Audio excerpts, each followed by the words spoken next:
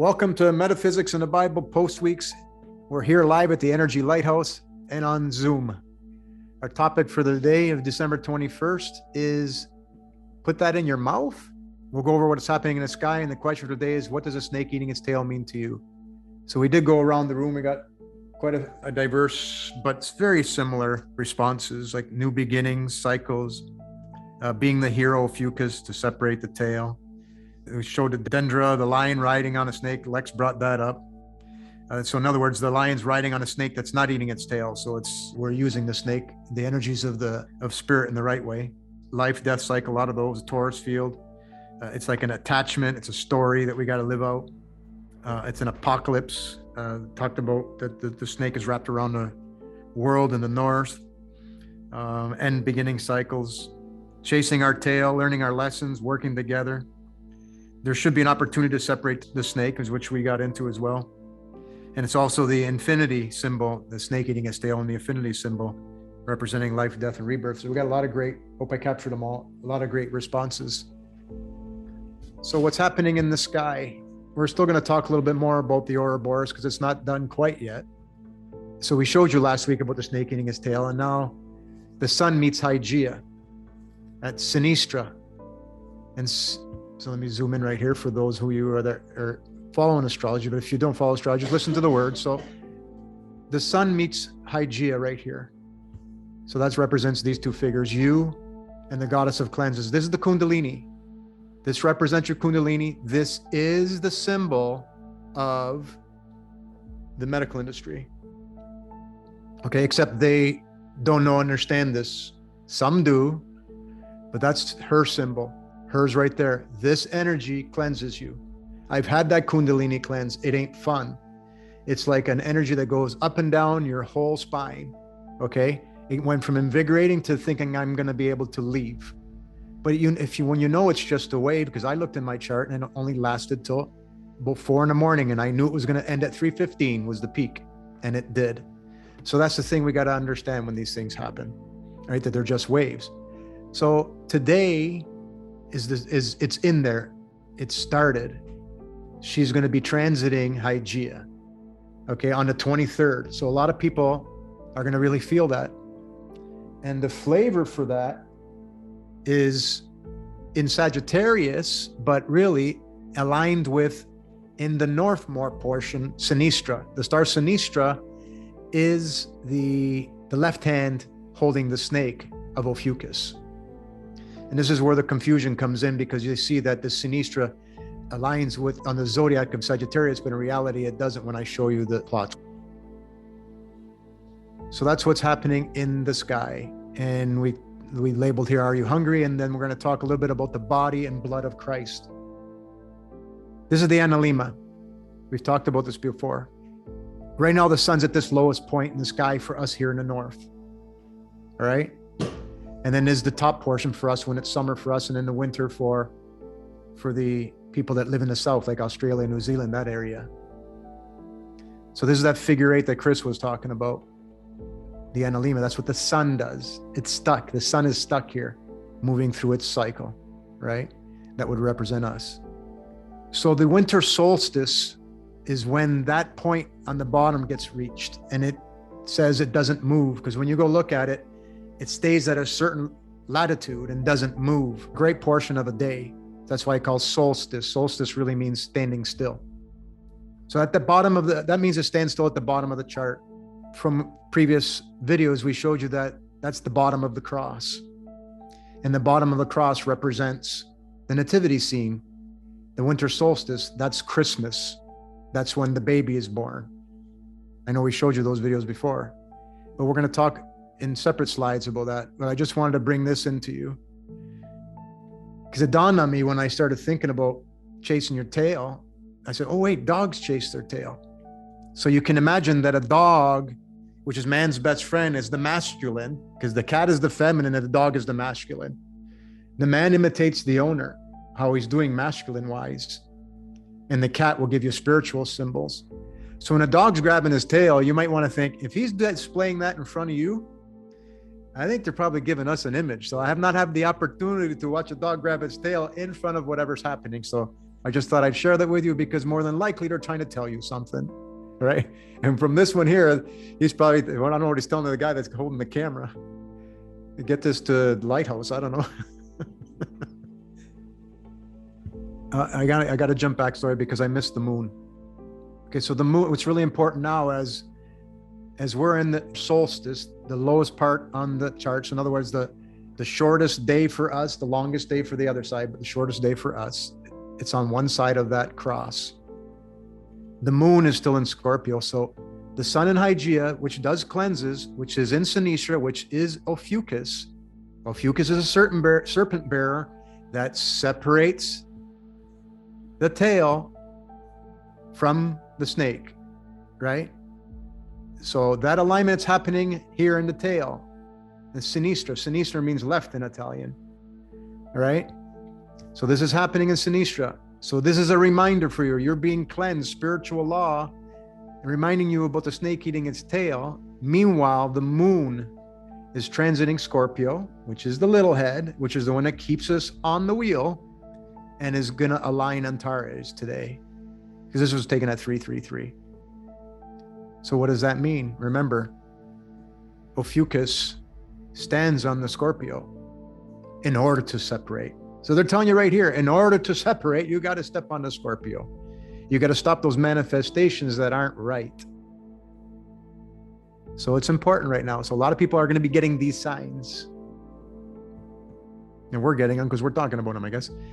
So while all that's happening, this little circle right here is focused in on Antares, the little head, right? The big head and the little head down below. That's Antares. Aries, ant head.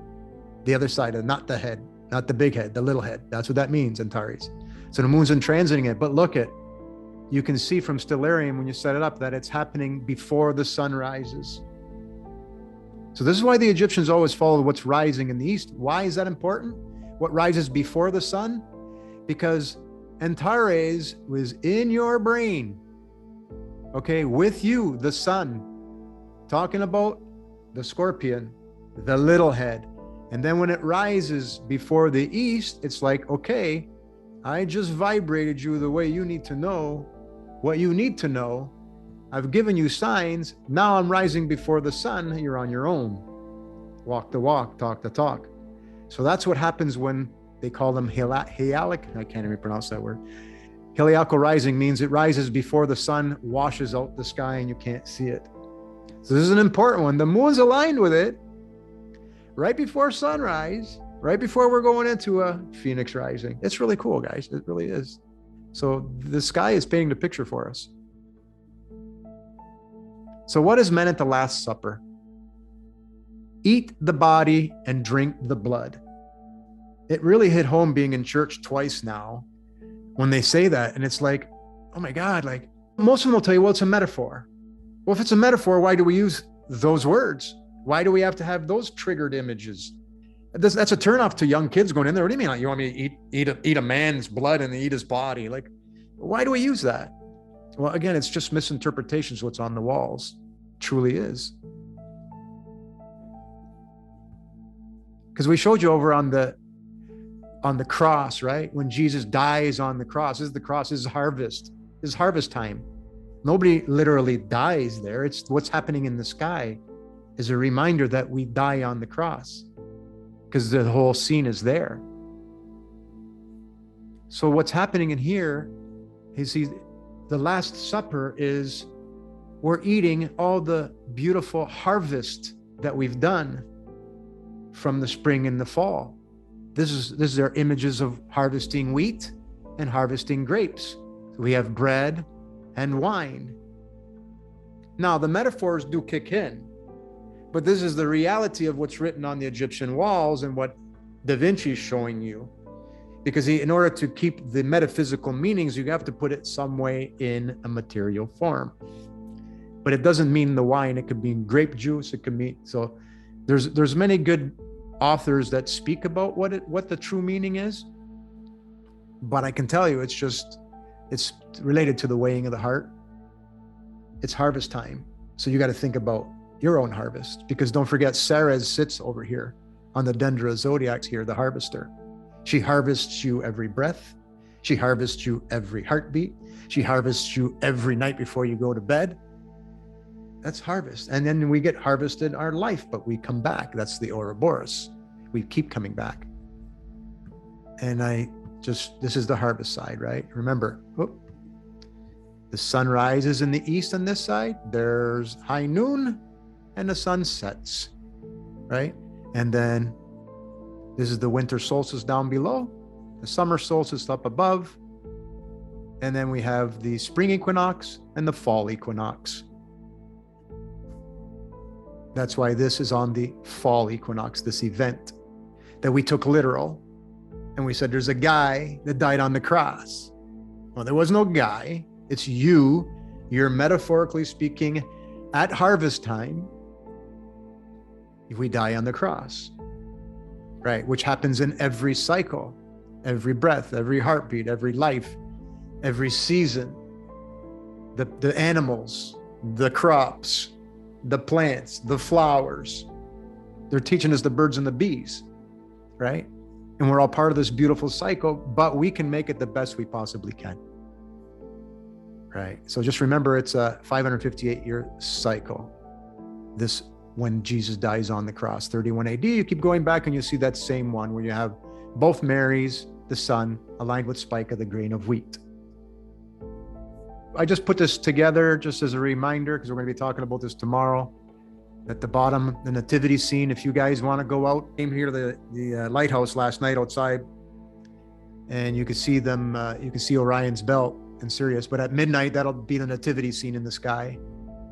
So if you really want to feel a really, really great vibration and a great time to connect with yourself, just go outside and look at these stars and do your intentions, because that's you.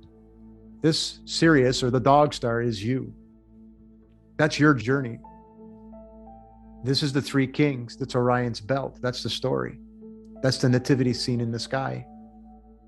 And then, of course, this side is the Phoenix rising, which is happening. And this is Jesus on the Mount of Olives. And that's why I put the white buffalo calf woman here, because I don't have to stick with Madonna, because every culture has got the winged woman, right? Because she's not of literal form. So when he's at the top, when there's the highest part of the sun, the warmest time of the year, that's when we're in most manifest, the furthest away from the mother. So, and then I threw this nice little bubble here because that's what the ancients said. We have a firmament over top of us. The stars are within the firmament. There is no outer space. We can go down that rabbit hole if you really wanted to, but the lands are on a flat plane. It's not a flat earth. It is a sphere, but we live within the sphere. Okay. And the stars are in the firmament. The stars map the lands. You can see that Aries, okay, there's North America, the head country. All right.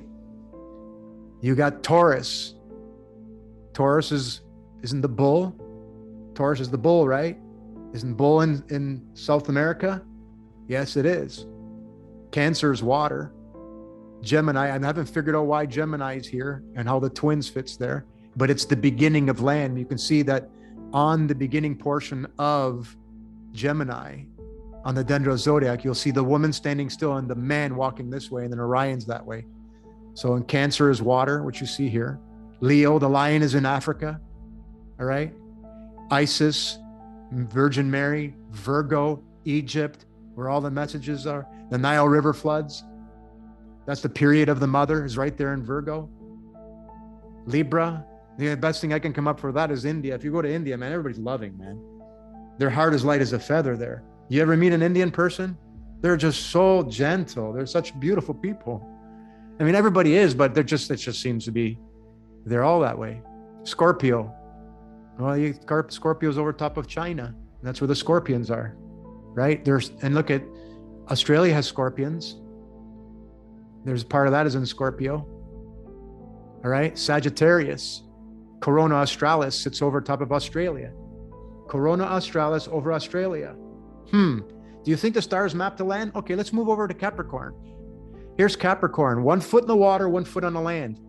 Look at, you got water, Pisces, water, Aquarius, and then Capricorn, where the fish becomes a goat, 1 foot. So the A fish and a goat. So you're half water, half land. Look at this. This is where we start coming out onto the lands. The stars map the lands. The lands will always be the same shape.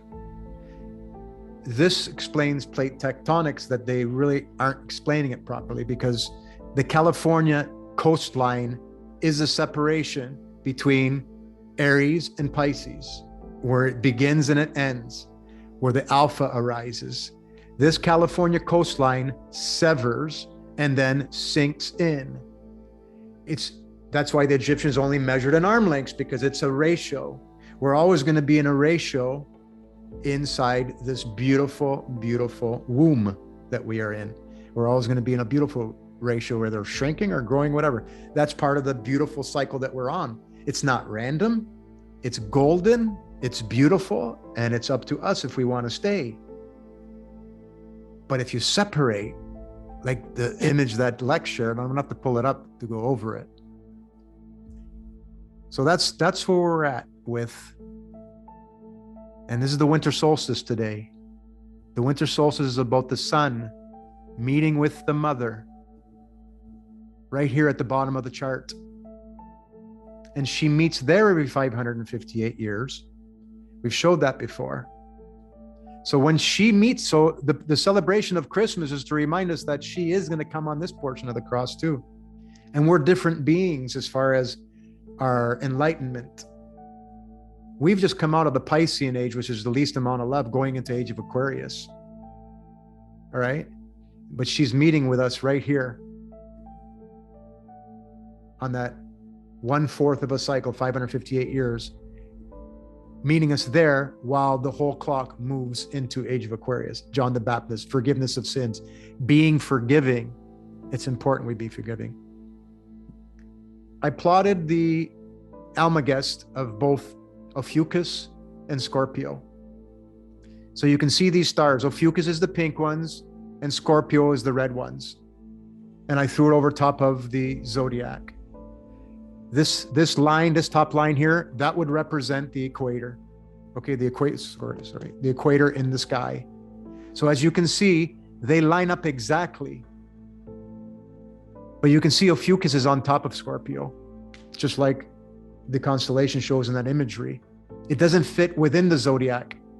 It doesn't have a place on it. It's on top of Scorpio. There's only 12. And the reason why there's 12 is, look at the circle of 60. 0, 5, 5, 0, 5, 5, 0, 5, 5, 0, 5, 5, 0. 1, 2, 3, 4, 5, 6, and 6 is 12. So this is the way everything comes manifest. So it can't manifest in 13.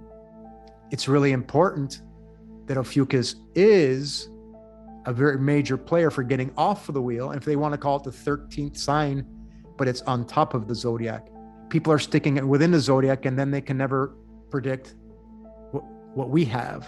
And that's the Phoenix rising, and all these dates that follow here, those wouldn't line up. I mean, scholars are telling you that 31 AD is when the Bible, when you do the math and look at it, shows up. And then the largest the Indian calendar says, look, we started our calendar in 527 BCE. Well, yeah, because they started it when Jesus dies on the cross, when Christ dies on the cross, when we die on the cross. Our larger harvest season for us on the wheel as reminders. Okay, so in the Bible, in the book of Generation Isis, because that's what that means, because after Revelation is Generation Isis, because that energy is in our crown chakra. We showed that several times. World's creation in the garden. The ruling goddess, I took out Lord, so we're not mistaking that with man. So the ruling goddess commanded the human, eat your fill from all the garden's trees, but don't eat from the tree of knowledge of good and evil. In other words, what they're really saying here is don't eat your tail. Because on the day you eat from it, you will die. Well, they can't eat from the tree of knowledge that is the truth, that people say, don't go and look in the stars and all that, say, because if they would say you're going to die, no, we are in the death cycle. The only way to get off is separating the snake from eating its tail and straighten it out, right? Become the infinite line. So of course we can't mean, well, don't go find the truth. Oh no, don't do that. Go be a good boy. Go pay your money at the church or wherever you go and pay taxes and you're gonna just keep coming back on the wheel. You don't have to come back on the wheel if you're pure. But I don't know, man. I haven't met any yet. So if you're pure, you can get off. You can straighten out and you can be light. Or you can be here, but I don't know, maybe they're hiding. So there's many different depictions of this on the Egyptian walls. They call it the opening of the mouth ceremony, but no, it's keep your mouth closed ceremony. Because you can see that they're throwing the Ankh to him. The Ankh is a symbol of life on the wheel, because it's got a cross and it's got a womb, an egg, a circle, whatever you want to call it. It kind of looks like a pacifier too. He's like, nope, I'm good.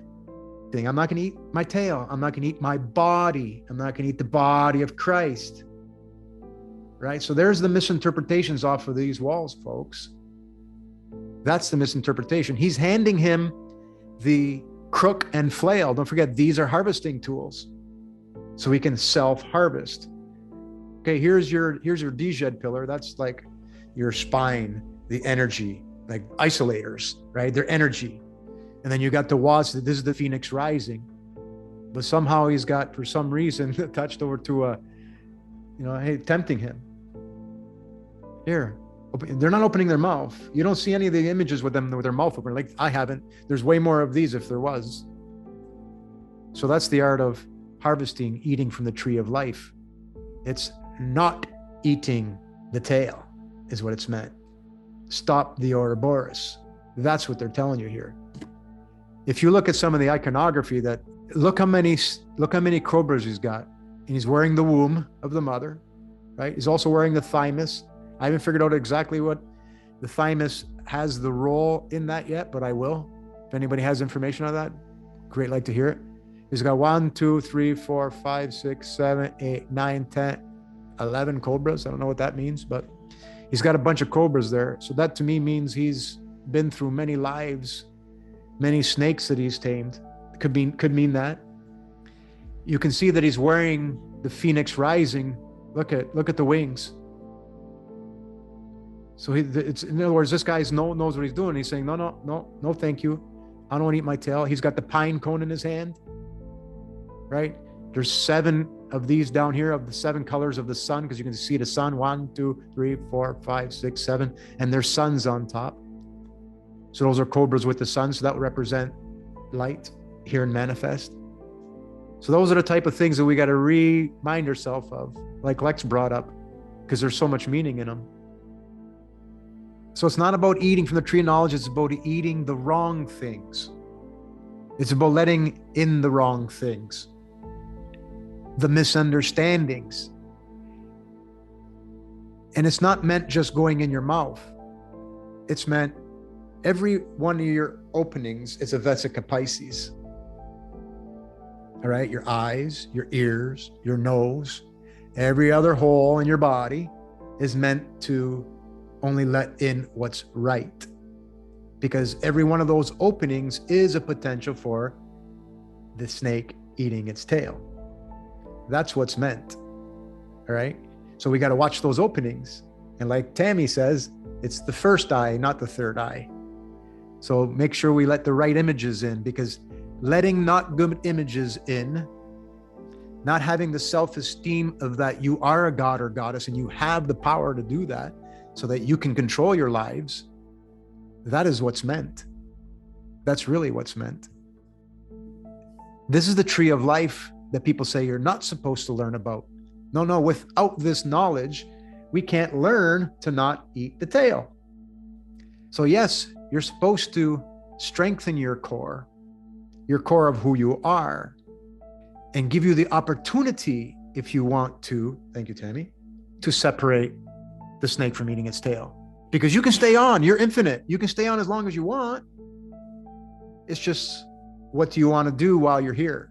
But it's a perfect system that now, as we're entering the age of Aquarius, age of forgiveness, revelation, who we are, the game gets a little tighter. It's got to be done with love.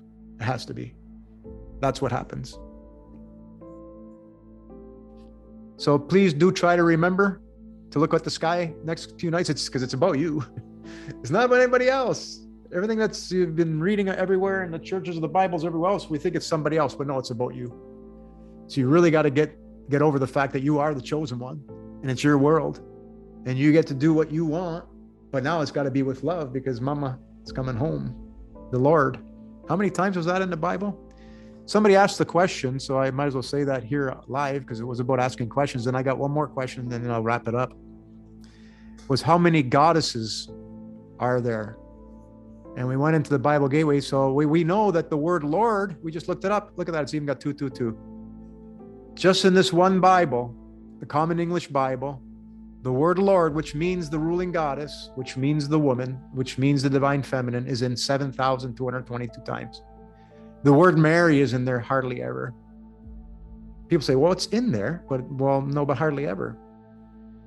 Not 7,222 times like it should be, right? It should be. Because you can't get in and out of these waters unless it's through the womb of the mother.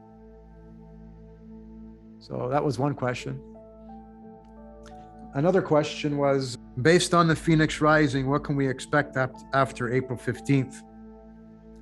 Are there any timelines? Are things put right? Is there more general chaos? I need some hope to look forward to. Revelation 12 is prophecy, is what happens to us next year as we go into Generation Isis. So what's in Revelation 12 up until April 15th, and then we go into Gen Isis. So then obviously it's like anything. If you shine a flashlight slowly across, you're going to still see the light. So then it gets to a peak and then moves over. I'd like to be able to say I got the timeline, but I don't because it's misinterpreted. We do know that's supposed to be eruptions. Is that going to be eruptions of the volcanoes, eruptions of ourself? It really depends on us. If we can pull together before then and be loving and have like a one world manifestation, then the volcanoes will just burp. But it's a reflection. The lava is a reflection of our blood because we are one with the earth. We are one with Gaia. There's no doubt about it. And she's going to behave the way we do, like a dog behaves the way his owner does. No, I shouldn't say owner because he owns the human, but we do know that with those volcanic eruptions comes hail. That's the Hail Mary. So an electrical system is going to be taken out? Possibly. There's no mention of floods, so that's a good thing. But there's mention of lava, there's mention of sulfuric gases spraying all over, but it doesn't wipe the world out. No, it doesn't. But last one, 1465, says the sun turned blue. Well, blue light is what? That's healing. That's love. It's not redshifted. So the whole world's going to get lit up. It's like what they do at the Energy Lighthouse here, except they're going to do it to everybody at the same time. There may be some leftovers for us to clean up, though. I mean, for sure. So what's it going to be like? It's supposed to bring us all back to one love. So it's going to push us into a position where we got to help our neighbor. So you might as well start now. You might as well start helping anybody you can, whoever you see, because that's what's expected. That's what a Phoenix rising is about. And hey, let's say this, it's all wrong. All the research you've done, the Egyptian walls, everybody was wrong. The Bible's wrong. It's all wrong. It's still a good investment to go out there and start loving each other and helping each other, isn't it? That's the best insurance policy anyone can ever have. But it's a cycle. The earth is a cycle. It's Generation Isis, and Isis demands love. So Mother Nature does take domain during Generation Isis, which is Genesis. So man has got to sit back. The ego has to sit back. The ego in both the masculine and the feminine has to sit back and be loving. That's what's written. You are a god and you are a goddess. Your world will change based on your blood flow. It's going to change based on how loving you are, the weighing of the heart ceremony, your walk for the next 4 months. Hey, might as well let's just be loving, man. Let's hug each other and smoke some doobies, whatever it takes. Do some mushrooms. That's as far as I go. But mushrooms, I only did like twice, very little. I'm a lightweight. I took like 2 little pieces and people turned into squares of bright lights. So it was cool though. It's kind of neat. That's all I had for today. Anybody got any questions before I stop the recording? Hi. I don't have a question, but I just want to mention about the Urias, you know, the cobra. If you meditate, there's a meditation that you're supposed to do. If you have unwanted thoughts coming into your head that you don't want there, you visualize the Egyptian cobra in your first eye, and it deflects it and stops them from coming in. If you practice it on a daily basis, then the light of the Urias in your third eye intensifies and grows and grows and grows. That is awesome. When you also mention about the gene of Isis, we are the gene of Isis. Yeah, gene Isis. I like that one. Awesome. We are the gene of Isis. That's from the Isis Resurrection 9 Goddess video that I did. So while you're talking, all these things that I've been talking about, the goddess cards and everything have been coming up. So yeah, that's all I wanted to say. Awesome. Thanks for sharing that. Those are both two gems. I know you mentioned the Gen Isis, and I might have seen in that video sent, but it's just a great. That's so awesome. Gene Isis. Yeah. I'd like to. I want to research more, but I want to talk to you more about that on the side, about that visualizing that cobra, because that's something I want to make a little video of with your permission. If you can share that with me, I would love to do that. Unless you want to do a video of it, and I'll share it. It's up to you. Yeah, excellent. That's fine. I wanted to ask you as well if you could help me do a video for absolutely to activate, so people can activate the Maharic seal.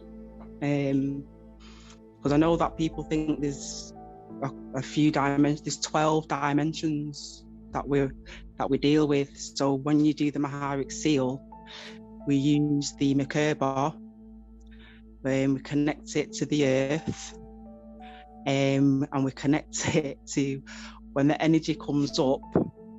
Just briefly going through it, there's an advanced version of it after you've been doing it for so long, and it connects from the earth to your heart, then to your 14th chakra, which is above your head, 12 inches, and then to a blue star. Wow. So you connect to the blue star as well as Mother Earth's core, with a shield, a protective shield around you. Awesome. To block out disharmonic frequencies from the 12 dimensions. Awesome. I look forward to working on that with you, sister. But do I understand that the cobras, the 11 cobras, are meant to be dangerous, or because I think it has to do with the dendrolite, the spitting cobra is the bringer of the dendrolite. So it's metaphysical. It's not it's to be light, and it's around it. Look how it's around his head and how many is there. Doesn't that also connect with having a halo as well? Yeah, and I think there are 11 because he himself is one of it. Everybody has its own talent, its own potential. So he himself is one of these snakes and has the dendrolite, and he has 11 other possibilities. It's connected with the 12 cranial nerves, so to say. The story of all the stories where 12 arrived at 12 disciples, the 12 knights, and yeah. Awesome. Thank you for that. And jump to PK for 1 minute, but Kat did post in the messages that the word goddess is in the Bible 32 instances. So at least the word goddess is retained. That's awesome. And then we just got to change the word Lord, and we'll be. So that'll bring us to 7,054. I remember I said to you when you shared the video about the twins and the Lord being the ruling goddess, Mm-hmm. is that I resonated with it instantly, because when I do read the Bible, and it's normally the Psalms that I go for, I always say Lord and Lordess and God and Goddess. I can't say one or the other. That's so awesome. Okay, PK. Hey, thanks for that presentation, Claudia. That was great. Would it be difficult for you to go back to the slide where you were talking about? Oh, you cut off, but no, I'll go back. Not difficult at all. Yeah, you can go tonight, but it's centered mostly on Christmas Eve. So you'll see it at midnight tonight. Or if you go out at 11 o'clock, it'll just be more towards the east, but you'll see the three kings. And it's serious. Okay, and it's centered more on Christmas Day. Well, Christmas Eve, because of Christmas Day you won't see it, right? Yeah, you got to go out at night. So let me pull open that. The story of the Bible and then nativity in the stars is what you're referring to, right? Right. So as you can see here, right at midnight at 12:25, which is 12:24, 11:59 p.m. This is looking exactly south. Okay, from the northern hemisphere, looking south. If you're from the Australia or New Zealand portion, you will be looking north. If you're at the equator, you'll be looking straight overhead. So you will see, although it's still overhead in the south, overhead in the north, or overhead directly, you'll see the nativity scene of Orion's belt. We three kings of Orion are right. Right. Okay. So, and then you said a couple other things too in this presentation that makes me curious. What are your thoughts on about precession? Right. So that's the precession. I'm going to do more research on that. But when we talked about the lands folding in on themselves, it's really a thing, or do you think it could be a deception? No, it's the lands folding in on themselves. So in pre-1465, look right here, there was a California bump out. After 1465 in the maps, you'll see a separation. It's an island. So they had a big one in 1465 on a Phoenix rising. It splits. So then maps today, you'll see just pieces of that island sticking up through the water.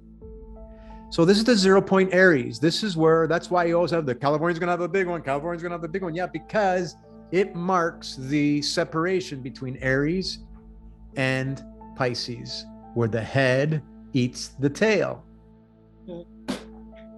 In the lands, everything is self-similar. Everything is the golden ratio. Everything in an analogy is the Russian dolls. So are you saying the lands are moving that causes the precession of the equinoxes? Yes. Right. So it's not, so NASA, astronomers, astrologers, the consensus is right now that it precesses in the stars. Well, no, it has to precess against something. Well, the land is changing. So in reality, to me, this is now just theory on my part, because I haven't finished studying it already. Yeah. The pyramids are showing you a portion in the clock before the record player has moved.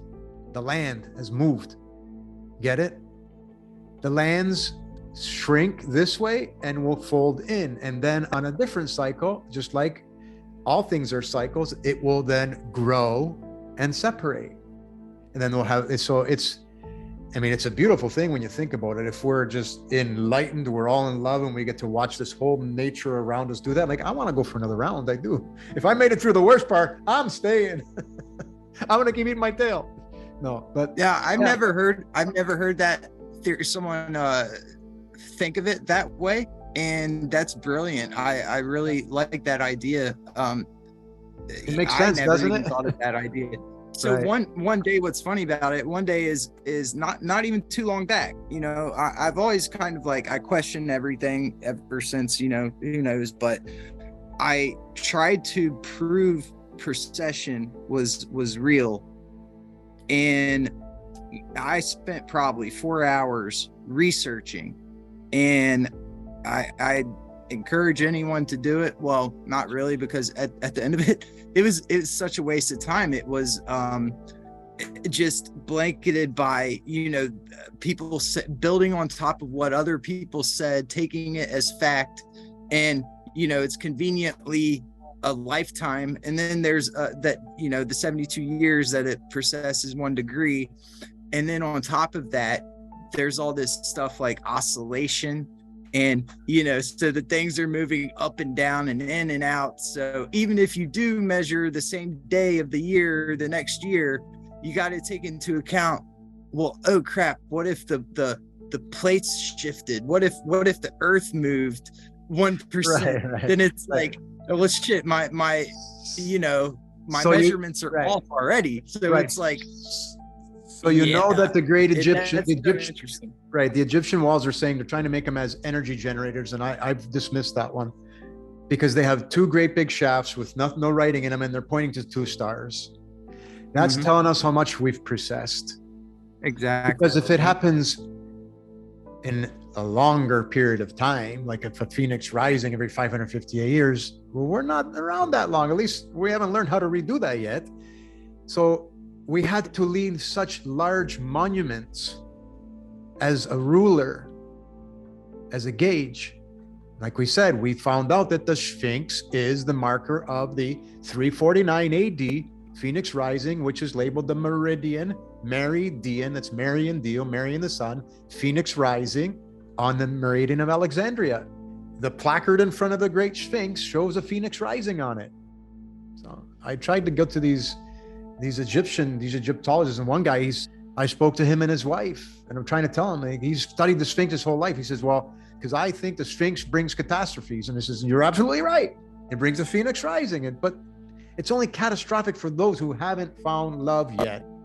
The meteorite, the hail, whatever you want to call it, you may observe them, but you won't be bothered by them.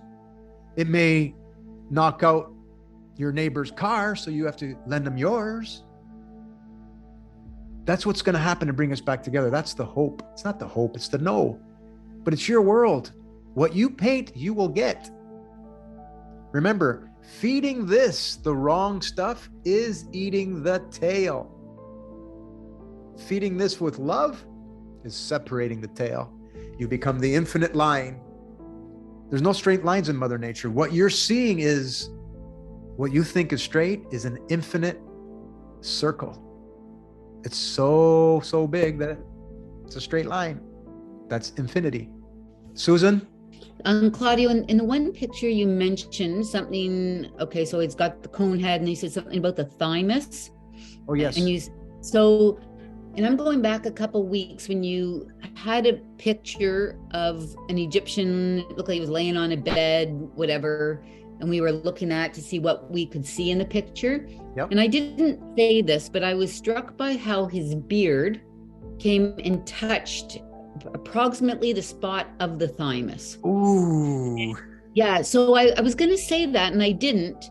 But also in one of my courses, or one of the classes I've been in as well, there was something about we were aligning the energy coming out from our, like the third eye, from the forehead, and it's a 90-degree angle coming down to the thymus. I don't know what that represents, but what I know is that the thymus is also a stimulant for the immune system, and there are people that tap it every day, right? So to stimulate the immune system. So I don't know whether that has anything to do with. That's a great lead. That's a what great. What did you say? The cone head represents? That's the womb. The womb. The womb, and then there's one which almost looks like a crown. It's a crown like this, and then it's got this little. It comes out in like a Fibonacci spiral. It comes out. Okay, I'll have to look at that. So so that was sort of my curiosity, or my. Oh no, that's great input. About the thymus. And the other thing I was going to say, when I first read about today, put that in your mouth, the question mark. What I heard something in my brain say was, you're going to let that go out of your mouth. So to me, it was like not the polarization, but we certainly let things in, but we also have to be cautious of what we let out of our mouths. Oh, 100%. Yes. Yeah. And the whole thing, I heard somebody talking about one of the things we have to really be aware of for 2023. It's sort of their view of what's going on 2023 is discernment, discerning and looking at all sides of any situation. Right. So which then removes us from personal judgment on any situation if we were able to see it from the circle, I guess. So yeah, no, discernment is important. Yeah. And then just one question. Are there any apps that anybody is aware of for looking at the sky? Like, so when I want to go look at Orion and I'm not really good at looking at the stars, is there an app that helps? Yep. Stellarium is good. Starwalk. So Stellarium and Starwalk. What about Time Nomad? Time Nomad is the actual astrology app. Absolutely, you can use that. That'll tell you when. Yep. Perfect. Awesome. Thank you. You're welcome. And we got Henry. Hey there. Just to continue on the precession, I guess the theory, every 72 years, the sun moves 1 degree, but also that precession could be either move forward or backwards due to natural events such as a tsunami and earthquake. So the recent tsunami, not recent, but like the one that happened in like 2011, I believe, that apparently pushed us forward. I guess what I'm trying to say is there will be change and it will happen within a blink of an eye. So it could be like an earth-shattering earthquake that could basically push us forward in time. Not like just to push us so that the sun will be in like the sign of Aquarius. That's what I mean when I say push us forward in time. And also with the zodiac, so there's 12 zodiac signs, and then there's 44 constellations above and below. So that equals 100 signs. However, there is a hidden sign, but it's so hidden right in front of your face, you wouldn't believe it if I told you, but it's actually the sun. The sun is the main star of that constellation, and one day we are going to find out what that sign is. That's an interesting concept. Yeah, I mean, Ptolemy only had 42, and then they changed it to 84. Modern astronomy changed it to that. Bayer's changed it to that.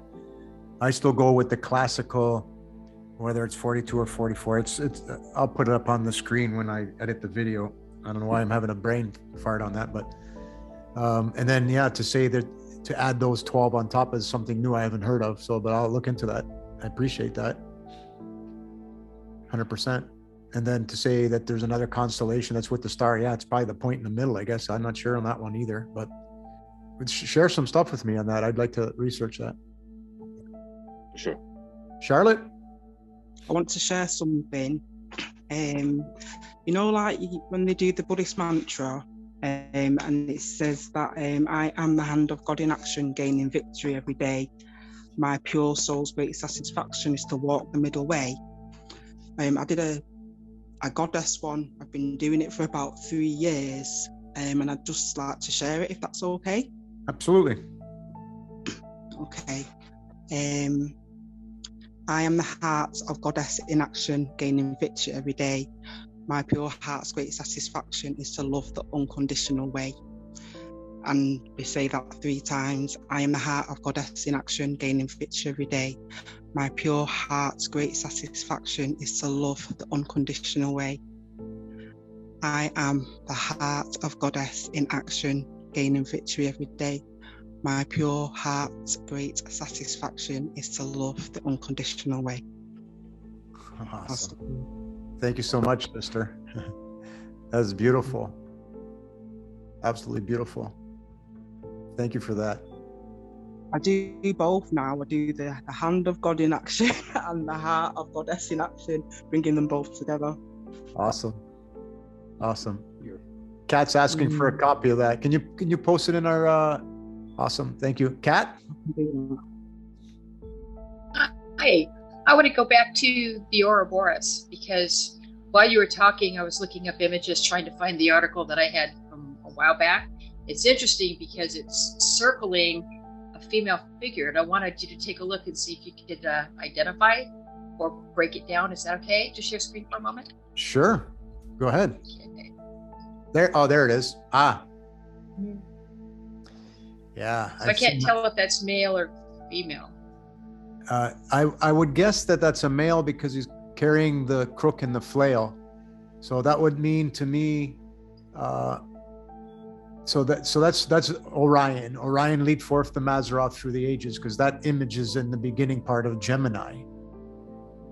So the pure fact that you got the bull there, right? The bull is that would be Taurus, and then you got the two lions. And they say when you see two facing away from each other like that represents the two equinoxes. So I'm no expert in this, and I'm just kind of saying that this is just my guess for now, educated guess. Obviously, the all-seeing eye is there. So this is you. The best I can say is this is you. You're coming back as a Taurus.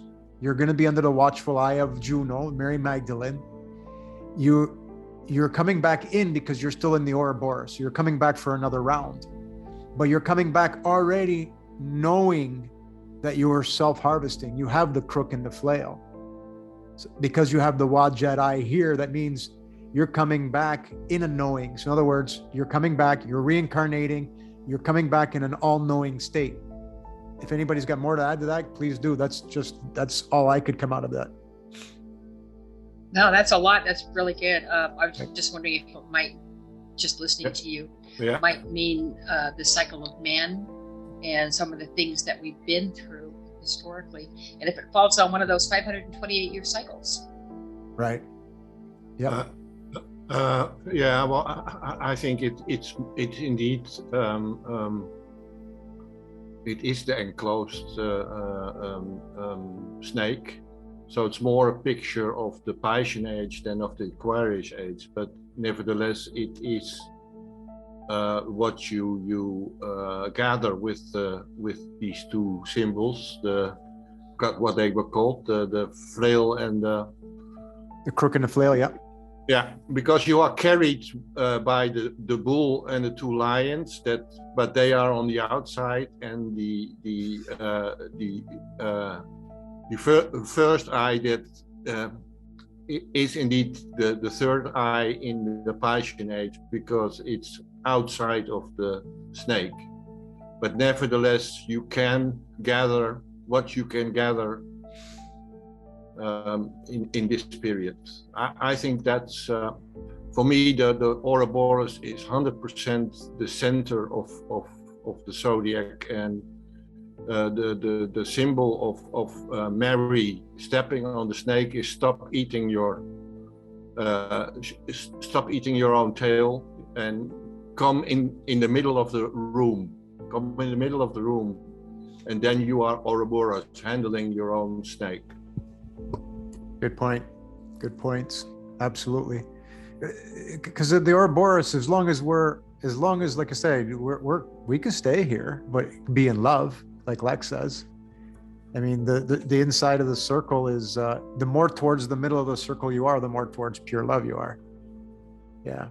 Susan, one more, and then we're going to cut her short because it's 5:15. Yeah.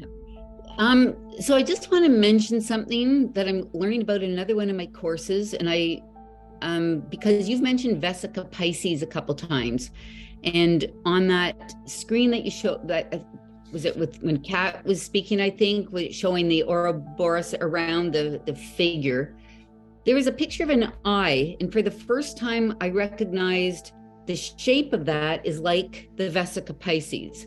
So, but one of the things that we're doing in another one of my courses is that an ancient tool that's being brought back it's called a mandorla, from what I can remember, shaped like the Vesica Pisces, like an almond. And some of the ones that when I'm looking it up as we're talking now, some of them have a picture of Mother Mary with baby Jesus on lap. They all have different images, right? So, but it's this shape, and it's available to bring in because it's an ancient Essene tool, from what I'm gathering, although I need to learn more. And sometimes around the mandorlas, there are symbols which represent light language. So I'm just like, it super resonates with me.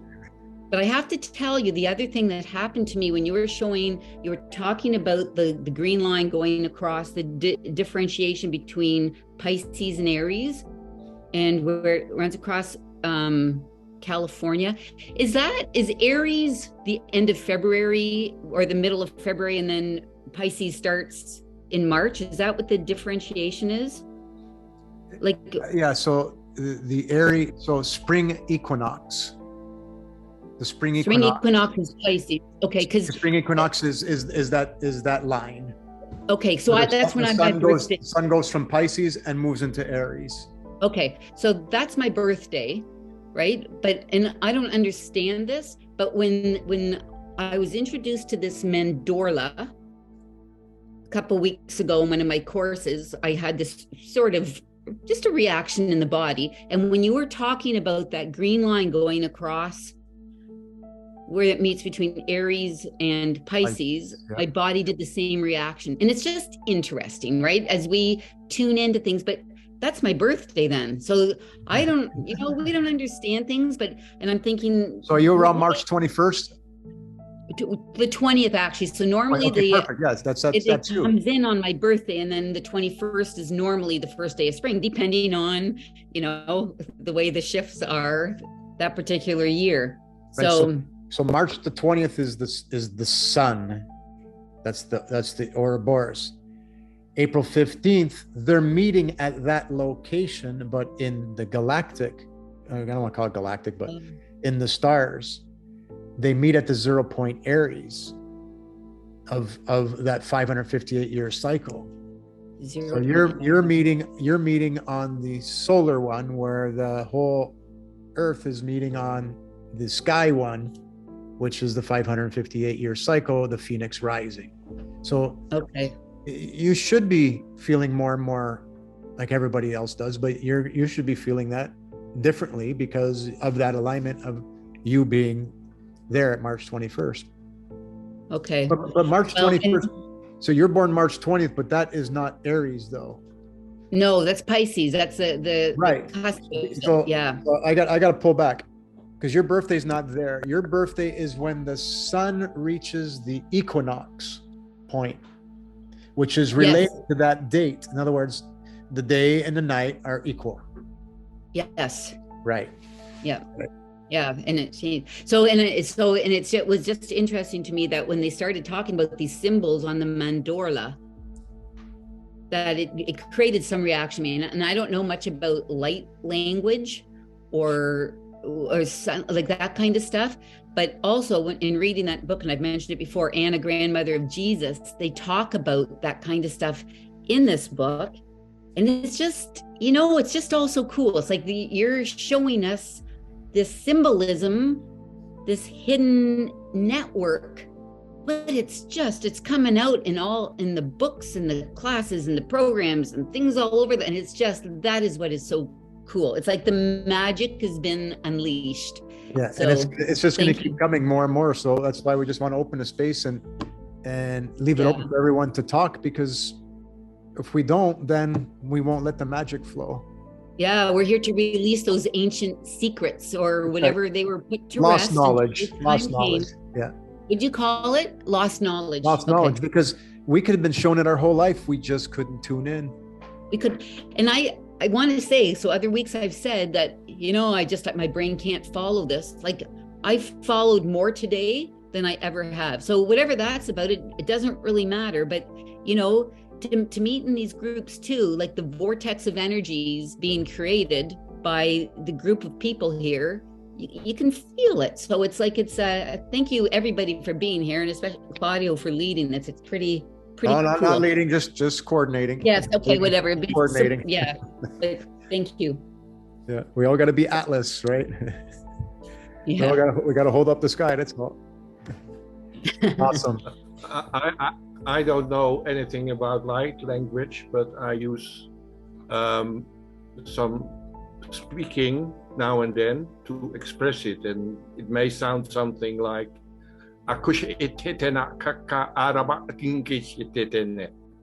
so I speak sound without meaning. I try to connect to certain parts of me and express myself.